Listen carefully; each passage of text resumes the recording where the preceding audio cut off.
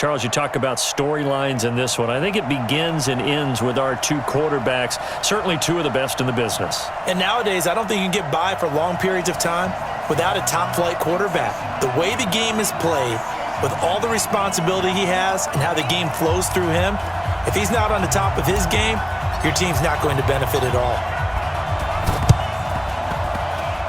And this is secured by the Patriots. Let's go, let's go!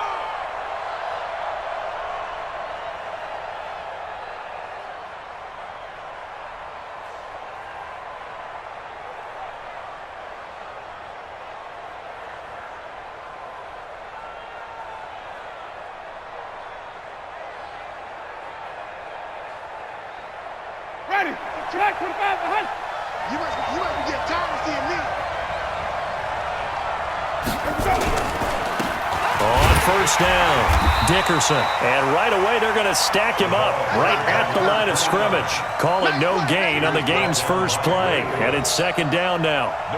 All right, quick observation, Brandon, because early on in this game, I'm seeing linebackers playing with their noses close to the line of scrimmage. And my guess is the wheels are turning on that other sideline. As a play caller, you're filing that away right now, aren't you? Yeah, you're trying to find that opportunity later on when you can play action them or stick something to them between the second and the third level. Now a give right side. Dickerson. Room to run inside the 40. And finally brought down at the 38. That'll be a New England first down, a gain of 12. And that's a run that'll energize an offensive line. They'll take that one all day long. Fundamental breakdown by the defense. You've got to be able to make plays on the edge. Now this throw caught left side. And they'll wind up getting this one all the way down inside the 20. A well-executed 22-yard gain.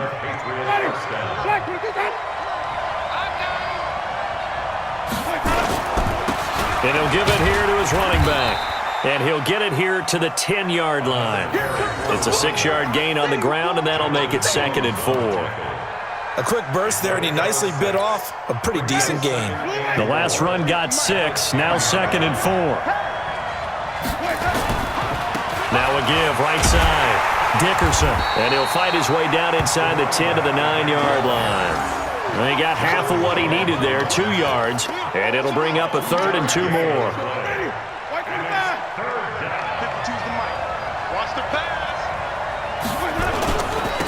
Now a handoff here to his running back.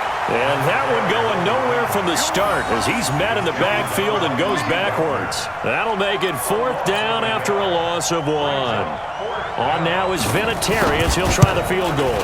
This is a 26-yard attempt. And that one, oh my goodness, that was almost too easy. Yeah, and you're not going to have too many attempts shorter than that one. I don't think anyone got a finger on it. That's about as bad a miss as you can have. Hey, keep it up, keep it up.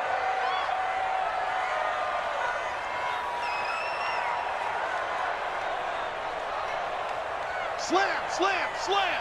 Shift, shift. They start the drive with Cook. And he goes nowhere. He'll lose yardage back at the 17. That's going to wind up a loss of a full 3 yards on first down. So now they have to contend with second and 13 after the first down run goes backwards. Here's a throw out wide complete to his running back right side. They'll wind up getting 10 back as that sets him up for third down. When you run a screen pass really well, you got to like the look of it because so many parts come together to make it work well. The offensive linemen where they're faking people out, the back slipping out there, catching the football, then all of them going together as one unit downfield. A really nice pickup. And he won't be close to a first down as he runs into a wall right around the line of scrimmage. No gain on the play there, and it'll bring up fourth down.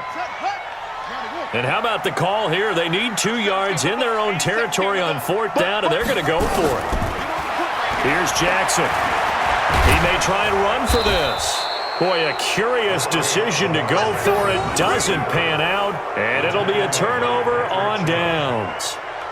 Well, you feel the excitement build on those fourth down plays. Defense has to stay out there, but for the offense, when that thing doesn't work out, such disappointment. It can absolutely be a deflator, but how about the defensive guys? If they stop you on fourth down, They are absolutely... He rifles one that's intercepted.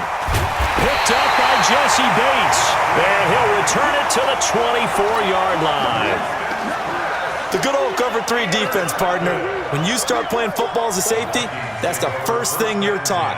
Middle of the field, be as deep as the deepest receiver in any zone, and break on the football when it's thrown and pick it off, just as we saw there. Get in the weight room. Here's Cook as they begin on the ground. 5 yards on the carry. Good pickup on first down. Partner, I think from our experience together, we have learned that most offensive coordinators are going to tell you, if I'm going to run the football on first down, I've got to get at least 4 yards. They got 5 here. They got to feel pretty good about that one. Now this one was running back out of the backfield. And they'll get it up just short of the 45 at the 44. He'll get 15 and a Vikings first down.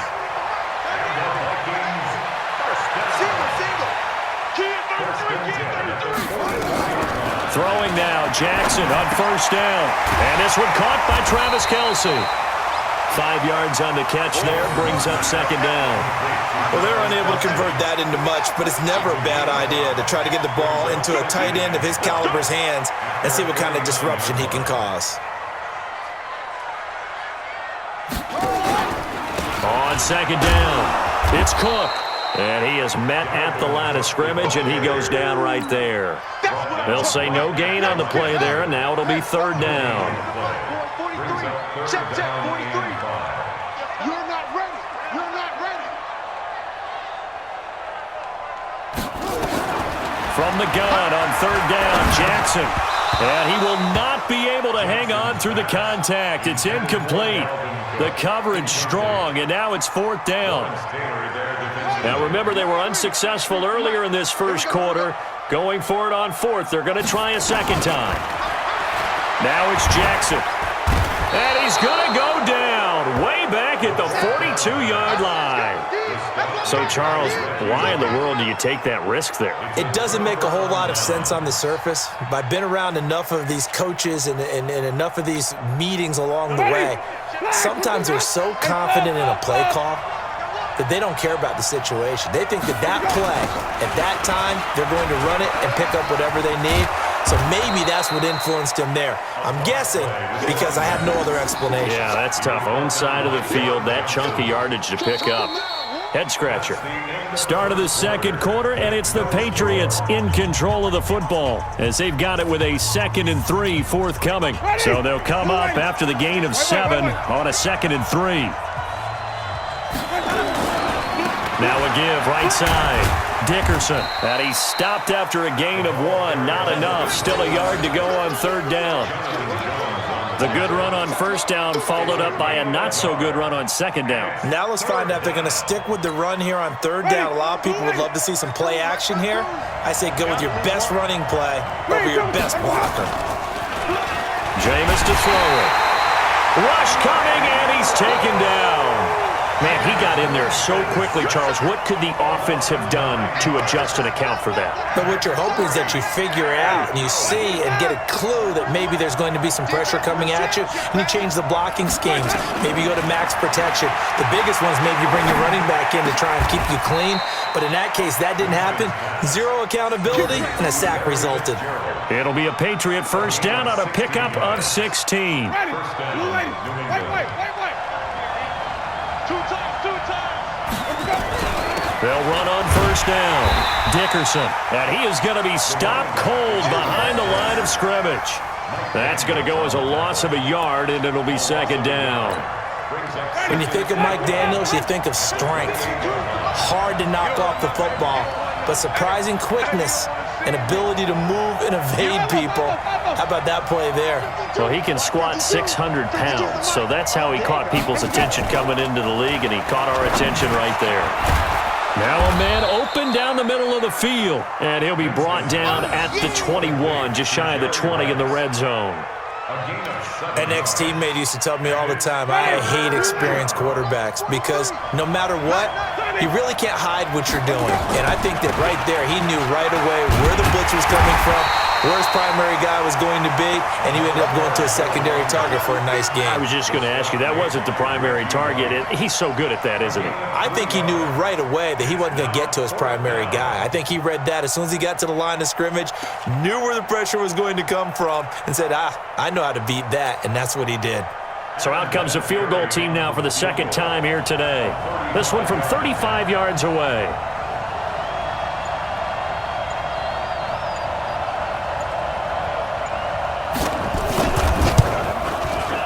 Vinatieri's kick is good. And the Patriots jump out to a 3-0 lead.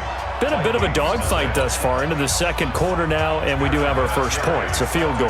Yeah, a lot of people say, wow, first action on the scoreboard, about time. To me, the action's been right there on the field, trying to figure out who could gain an advantage, gain some field position, finally get points on the board. I'm loving this kind of game. And feels like kickers might play a big role in this one. Yes, make sure you give them the respect they deserve.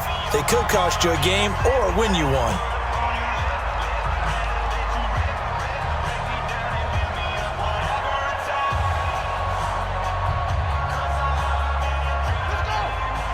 We remind you that coming up at halftime, we'll take you to Orlando and Jonathan Coachman. Coach will have highlights and analysis of this first half, one that's featured no touchdowns as of yet on either side. So his job's a little bit easier for this halftime report. Need to give the coach some highlights here. Yes, we do. 2nd and 5 now. Jackson got a man. It's Randy Moss. And they'll get this well past midfield before being stopped just before the 35. Getting it to him in space pays off big time. That winds up going for 31. So how about that for a chain mover? They're all the way down inside the 40 now for 1st and 10. Jackson now. The Pats are going to get there. Down he goes. Geno Atkins able to take him down. It's a loss of 3. So following the sack, they'll try to change their fortune here on 2nd and 13. Now it's Jackson. And an alley to run. Touchdown, Vikings. Lamar Jackson, 39 yards. And the Vikings have taken the lead. Vinatieri able to tack on the PAT. And that makes it a 7-3 lead.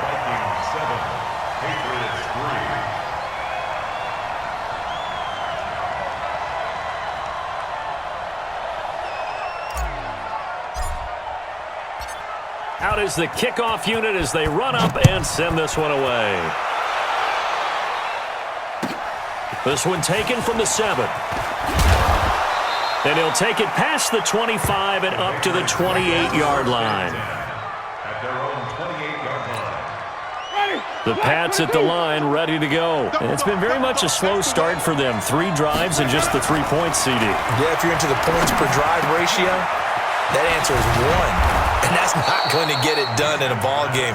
They've got to find a way to finish these drives in end zones, not having balls go through goalposts. Now the Patriots going to use one of their timeouts as the stoppage will come with a little under a minute to go in this first half. Now Winston. Caught by the tight end Ertz. And he is tackled inside the 40, not quite to the 35. Now the Patriots will use the second of their timeouts as they get the stoppage with a little over 50 seconds to go in the first half. To throw, Winston. Nowhere to escape, and he goes down. The Patriots will take their 3rd and final timeout as the clock will stop with 45 seconds to go in the first half. So that complicates things a bit here. 18 yards to go now on 2nd down. Now Winston. Throwing middle, but it's incomplete. Jerry Rice, the one he was looking for. And it's 3rd down. When I watched that play, I thought about what my coaches had told me in the past. The biggest